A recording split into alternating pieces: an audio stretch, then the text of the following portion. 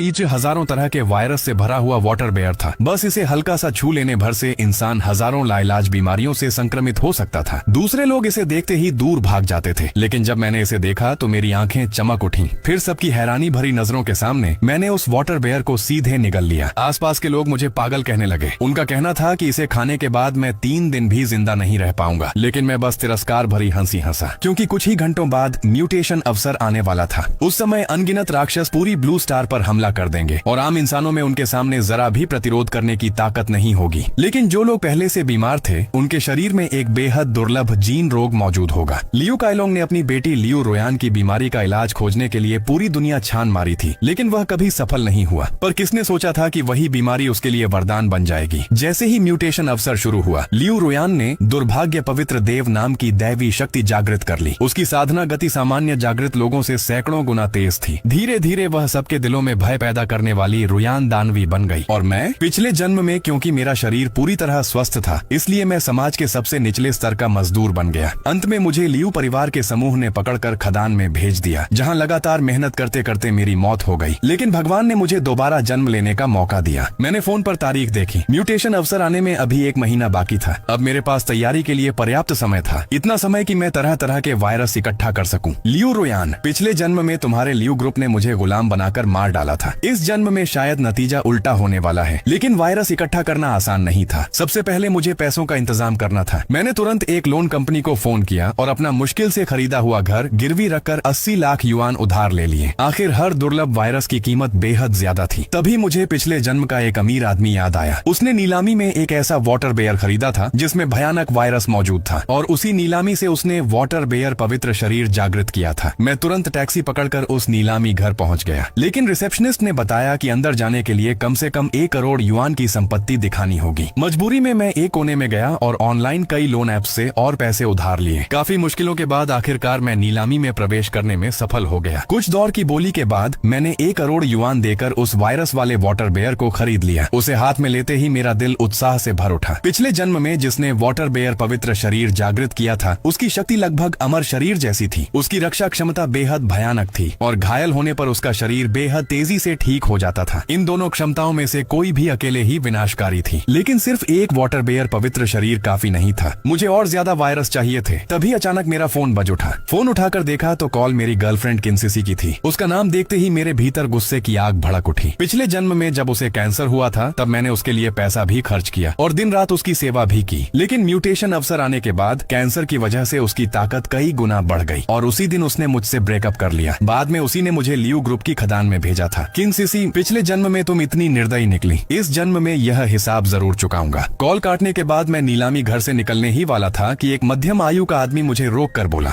उसने अपना नाम चांगशू बताया। वह उसी वाटर बेयर का विक्रेता था। उसने पूछा कि मैंने इतनी बड़ी रकम खर्च करके वह वाटर बेयर क्यों खरीदा। मैं हल्का सा मुस्कुराया और सतर्क होकर बोला, तुम्हें इससे क्या मतलब? चांगशू ने मुस्कुराते हुए कहा, घबराओ मत, मैं सहयोग की बात करने आया हूँ। मैं ब्रिटेन में स्थित एक जैविक अनुसंधान केंद्र में काम करता हूँ। मेरे पास कई दुर्लभ वायरस नमूनों तक पहुँच है। अगर तुम्हें चाहिए तो मैं दिला सकता हूँ। एक नमूने की कीमत 50 लाख। ये सुनते ही मैं अंदर से चौंक गया, सच में जैसे नींद में तकिया मिल गया हो। हालांकि वायरस की कीमत सच में बहुत ज्यादा थी। जब उसने देखा कि मैं चुप हूँ तो उसे लगा कि मुझे कीमत ज्यादा लग रही है। वह तुरंत बोला, 30 लाख में भी दे सकता हूँ। मैं समझ गया कि यह उसकी सबसे कम कीमत थी। मैंने पूछा, तुम्हारे पास कुल कितने वायरस हैं? लगभग 100 से ज्यादा। हर एक का एक नमूना चाहिए, दे पाओगे? कोई समस्या नहीं, मेरे पास रास्ता है, लेकिन पहले आधा पैसा एडवांस देना होगा। मैंने तुरंत हामी भर दी और हम दोनों ने वीचैट पर एक दूसरे को जोड़ लिया। लेकिन उसके जाने के बाद मैं फिर चिंता में पड़ गया। इतने सारे वायरस खरीदने के लिए मुझे कम से कम 30 करोड़ युआन चाहिए थे। इतनी बड़ी रकम सिर्फ लोन से जुटाना असंभव था। तभी मुझे पिछले जन्म की एक अफवाह याद आई। खदान में काम करते समय मैंने सुना था कि लियू ग्रुप बड़ी मात्रा में तियानशान स्नो लोटस खरीद कर नष्ट कर रहा था। क्या ऐसा हो सकता है कि यह स्नो लोटस लियू रोयान के लिए खतरा हो? दूसरे शब्दों में, म्यूटेशन अवसर आने से पहले यही स्नो लोटस उसकी जीन बीमारी का इलाज कर सकता था। अगर यह सच था तो मेरे 30 करोड़ युआन का इंतजाम हो सकता था। अगर मैं यह जानकारी लियू ग्रुप को बेच दूं तो पैसों की कोई कमी नहीं रहेगी। लियू रोयान, पिछले जन्म में तुम्हारे लियू ग्रुप ने मुझे गुलाम बनाकर मार डाला था। अगर इस जन्म में मैं सचमुच तुम्हें ठीक कर दूं और तुम्हारा सबसे बड़ा अवसर छीन लूं,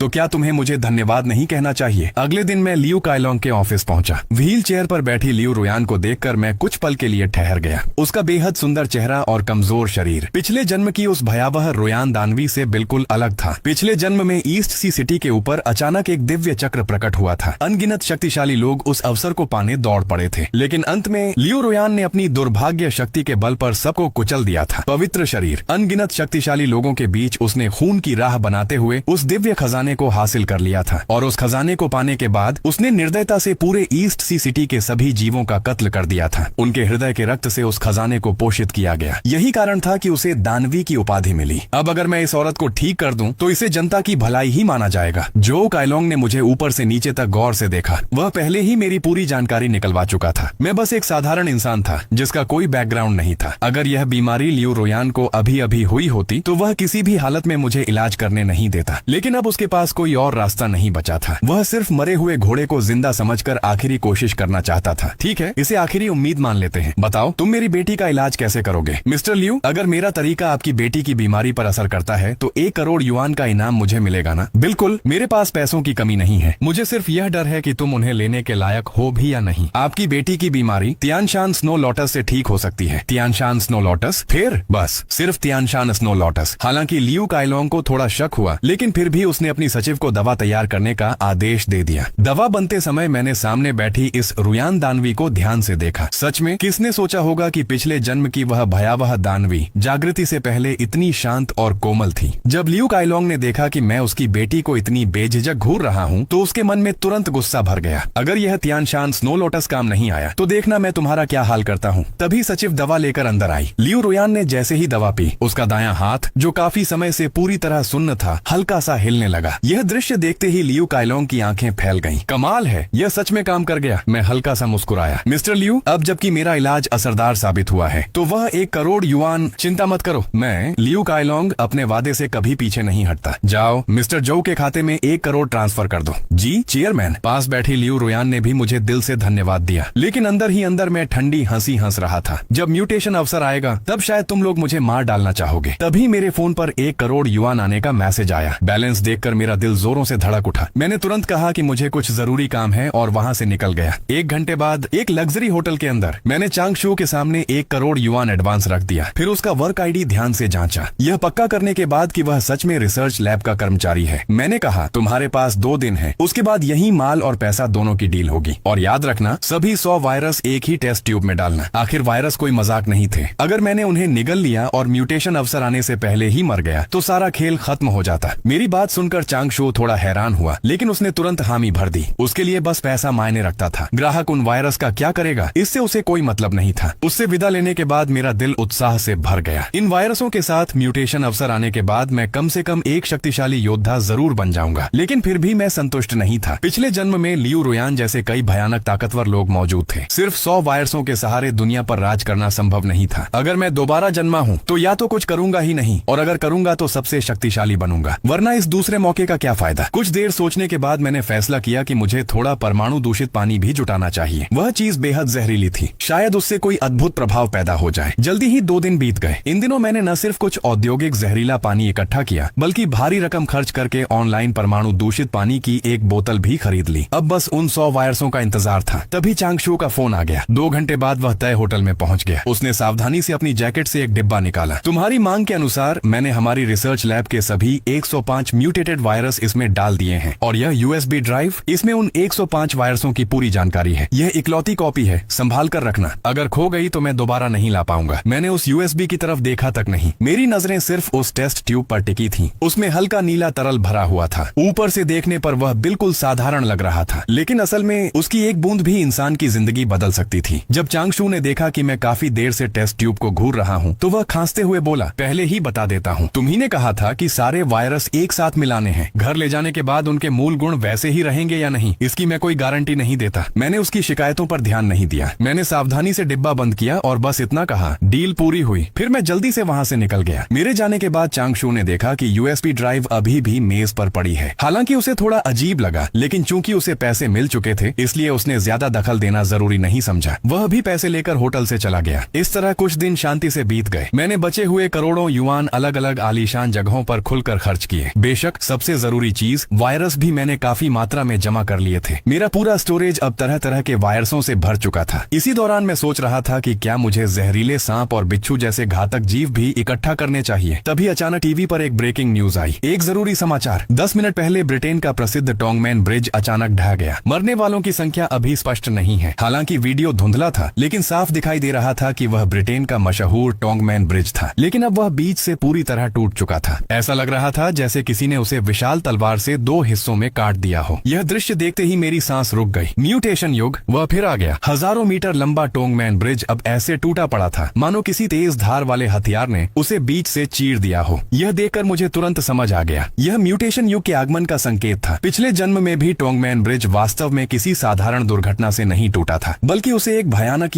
दैत्य लाल पूंछ पवन बिच्छू ने काटकर 2 टुकड़ों में कर दिया था। क्योंकि म्यूटेशन युग के पूरी तरह आने से पहले जब वह पहली बार उतरा था, उसकी शक्ति केवल दूसरे निषिद्ध स्तर के प्रारंभिक चरण में थी। इसी वजह से बाद में ब्रिटिश सेना उसे आधुनिक हथियारों की मदद से मारने में सफल हो गई थी। लेकिन फिर भी उस लाल पूंछ पवन बिच्छू के आगमन ने सीधे 50,000 लोगों की जान ले ली थी। शुरुआत में ब्रिटेन सरकार हर जगह खबर दबाने की कोशिश कर रही थी। वे नहीं चाहते थे कि उस लाल पूंछ पवन बिच्छू का अस्तित्व दुनिया के सामने आए। लेकिन उन्होंने यह नहीं सोचा था कि यह इंटरनेट का युग है। जानकारी फैलने की गति बेहद तेज थी। ऊपर से उस बिच्छू ने जो तबाही मचाई थी, उसे छुपाना लगभग असंभव था। सिर्फ 2 दिनों के भीतर लाल पूंछ पवन बिच्छू और ब्रिटिश सेना की लड़ाई की तस्वीरें और वीडियो पूरी दुनिया में फैल गए। पूरी ब्लू स्टार भय और आतंक में डूब गई। यह सोचते ही मेरे भीतर जोश की लहर दौड़ गई। लगता है मेरी तैयारी बेकार नहीं गई। इस जन्म में मैं अपनी पिछली जिंदगी पूरी तरह बदल दूंगा और इस दुनिया का सबसे शक्तिशाली इंसान बनूंगा। 1 सप्ताह बाद एक रहस्यमयी तरंग ने पूरी ब्लू स्टार को ढक लिया। उसी समय हर इंसान के दिमाग में एक आवाज गूंज उठी, म्यूटेशन युग शुरू होने वाला है। सभी मानव विकास प्राप्त करेंगे। जिसके शरीर में बीमारी जितनी गंभीर होगी, उसका विकास स्तर उतना ही ऊंचा होगा। अपने सामने दिखाई दे रहे काउंटडाउन को देखकर मुझे समझ आ गया, मेरा युग आखिरकार आ चुका है। म्यूटेशन युग शुरू होने वाला है। क्या तुम लोगों ने भी वह आवाज सुनी? धत्तेरे की तो सिर्फ मैं ही नहीं था जिसने सुना। मुझे लगा मैं पागल हो गया हूँ। ये कोई मजाक तो नहीं? पूरी मानव जाति विकसित होगी? सच में? इसमें लिखा है कि जितनी गंभीर बीमारी होगी, विकास उतना ऊंचा होगा। कल ही पता चला कि मुझे आखिरी स्टेज का फेफड़ों का कैंसर है। तो क्या अब मैं बच जाऊंगा? बच जाओगे? भाई तुम तो सीधे आसमान छूने वाले हो। इंटरनेट पर हर तरफ ऐसी चर्चाएं छाई हुई थी, लेकिन मुझे उनमें कोई दिलचस्पी नहीं थी। मैंने अपने इकट्ठा किए हुए सारे वायरस एक एक करके बाहर निकाल लिए। मैं सोच ही रहा था कि पहले कौन सा इस्तेमाल करूं, तभी मेरा फोन बज उठा। हेलो जोलो, तुमने सुना ना, म्यूटेशन युग शुरू होने वाला है। भगवान ने आखिर मेरी सुन ली। लगता है मेरी किस्मत में मरना लिखा ही नहीं था। सही कह रही हूँ ना? यह किन सिसी थी? जोलो, अगर उस समय तुम अपना किडनी मुझे देने के लिए तैयार हो जाते तो शायद मुझे यह अवसर कभी नहीं मिलता। सीसी, क्या हम एक बार मिल सकते हैं? हा। जोलो, अब पछता रहे हो? ठीक है, मैं तुम्हें एक मौका देती हूँ। जिस दिन म्यूटेशन युग शुरू होगा, तुम मेरे घर आना। मैं देखूंगी कि तुम्हारी माफी कितनी सच्ची है। फिर सोचूंगी कि तुम्हें माफ करना है या नहीं। कॉल कटने के बाद मैं ठंडी हंसी हंस पड़ा। किन सीसी, जल्द ही तुम्हें पता चल जाएगा कि असली ताकतवर कौन है। जहाँ किन सीसी खुशी से पागल हो रही थी, वहीं दूसरी तरफ लियू रुयान गुस्से से तिलमिला उठी थी। धत्तेरे की, यह म्यूटेशन युग अभी क्यों आ गया? मेरी बीमारी तो सिर्फ 40% ही ठीक हुई है। इसका मतलब मेरी ताकत बहुत कम हो जाएगी। सब उस जोलो की गलती है। मैं उसे जरूर मार डालूंगी। लियू काइलोंग ने तुरंत उसे शांत किया। बेटी चिंता मत करो, वह जोलो सिर्फ एक साधारण स्वस्थ इंसान है। म्यूटेशन युग आने के बाद उसे खत्म करने के हमारे पास बहुत तरीके होंगे। दूसरी तरफ मैं मेज पर रखे वायरसों को देखकर कुछ देर के लिए खो गया। 1 महीने के दौरान ये वायरस पहले से कहीं ज्यादा भयानक रूप से म्यूटेट हो चुके थे। पहले टेस्ट ट्यूब में जो नीला तरल था, अब वह पूरी तरह काला हो चुका था और उस काले तरल के भीतर कुछ अजीब चीज लगातार हिलती हुई दिखाई दे रही थी। बेशक इन 100 म्यूटेटेड वायरसों के अलावा मैंने दर्जनों और जहरीली चीजें भी जमा की थी, लेकिन उन्हें पहले एक साथ मिलाना जरूरी था। अगर मैं उन्हें अलग अलग खाता तो शायद 2.5 मिनट भी जिंदा नहीं बचता। समय तेजी से बीतता गया। जल्द ही म्यूटेशन युग का काउंटडाउन आखिरी 1 मिनट पर पहुंच गया। अचानक मेरे पूरे शरीर में जलन फैल गई। वह दर्द इतना भयानक था कि मैं लगभग बेहोश होने वाला था। लेकिन मैं जानता था यह सबसे महत्वपूर्ण पल था। अगर मैं अभी बेहोश हो जाता तो मेरी सारी मेहनत बेकार हो जाती। मैंने दांत भींचकर दर्द सहा, फिर उस बोतल को उठाया जिसमें वायरस, जहरीला पानी और बाकी सभी विषैले पदार्थ मिले हुए थे और एक ही सांस में पूरी बोतल पी गया। अगले ही पल एक ऐसा दर्द मेरे पूरे शरीर में फैल गया जिसे शब्दों में बयान करना असंभव था। मेरा चेहरा तुरंत बैंगनी पड़ गया। मेरी त्वचा पर अनगिनत रक्त रेखाएं उभर आईं। मैं किसी नरक से निकले दानव जैसा दिखने लगा। इस तरह 1 मिनट तक भयानक पीड़ा सहने के बाद म्यूटेशन युग आखिरकार शुरू हो गया। काउंटडाउन खत्म होते ही नीली ऊर्जा की एक लहर पूरी ब्लू स्टार पर फैल गई। जिन लोगों को पहले बीमारियां थीं, वे उसी क्षण पूरी तरह ठीक हो गए। साथ ही उन्हें अलग अलग स्तर की शक्तियां भी प्राप्त हुईं। जिन लोगों को त्वचा रोग था, उनकी त्वचा अब गोलियों और आग तक से प्रभावित नहीं हो रही थी। जिनके पैर जन्म से विकलांग थे, वे अब ऊंची ऊंची इमारतों के बीच हवा की तरह दौड़ रहे थे। और मैं आखिरकार उस असहनीय दर्द से मुक्त हो चुका था। तभी सुनहरी ऊर्जा ने मेरे पूरे शरीर को घेर लिया। मेरी आंखों के सामने अनगिनत वायरसों के नाम चमकने लगे। हर वायरस मुझे एक अलग भयानक शक्तिशाली प्रतिभा दे रहा था। जब मैं इन शक्तियों को देखकर स्तब्ध था, तभी सिस्टम की आवाज फिर गूंजी, जांच पूरी। होस्ट के शरीर में 138 प्रकार की नकारात्मक अवस्थाएं पाई गईं। 100 रोगों से ग्रस्त उपलब्धि सक्रिय। बधाई हो, आपको अद्वितीय प्रतिभा 9 अधोलोक अराजक शरीर प्राप्त हुआ है। ये सुनते ही मैं तुरंत ध्यान लगाकर साधना करने बैठ गया। कुछ ही पलों में मैं शुरुआती प्रथम स्तर से सीधे छठे स्तर तक पहुंच गया। अपने भीतर की उस भयानक शक्ति को महसूस करके मेरा दिल कांप उठा। फिर मैं छत पर गया और सामने फैले चमकते शहर को देखते हुए धीरे से बोला, इस जन्म में मैं अब किसी का शिकार बनने वाली भेड़ नहीं हूँ। पिछले जन्म में किन सीसी जब पहली बार जागृत हुई थी, तब उसकी शक्ति सिर्फ तीसरे स्तर तक थी, लेकिन अब मेरी छठे स्तर की ताकत के सामने शायद पूरी ब्लू स्टार पर कोई टिक नहीं सकता था। तभी अचानक जमीन जोर से कांपी। दूर कहीं विस्फोट की आवाज गूंज उठी। यह दृश्य देखते ही मुझे पिछले जन्म की वही घटना याद आ गई। जियांगनान शहर के ऊपर एक रजत कवच रहस्यमयी ड्रैगन शार्क प्रकट हुई थी। वह आ गया, रजत कवच रहस्यमयी ड्रैगन शार्क। मुझे याद था पिछले जन्म में उसके मारे जाने के बाद उसका ड्रैगन शरीर एक चांदी के भाले में बदल गया था। उस भाले की शक्ति बेहद डरावनी थी और संयोग से मेरे हाथ में भी मुझे बस एक हथियार की कमी थी, और तुम ही मेरे लिए सबसे सही हो। दूसरी तरफ इस समय रजत कवच रहस्यमयी ड्रैगन शार्क के नीचे बड़ी संख्या में पुलिस बल इकट्ठा हो चुका था, लेकिन उनके आधुनिक हथियार उस ड्रैगन शार्क के सामने ऐसे थे जैसे किसी हाथी को सुई चुभाना। न सिर्फ वे उसे चोट पहुंचा पाए, बल्कि उन्होंने उसे पूरी तरह क्रोधित कर दिया। जब सभी लोग समझ नहीं पा रहे थे कि अब क्या करें, तभी उनमें से एक व्यक्ति ने आसमान की ओर इशारा करते हुए चिल्लाया, जल्दी देखो।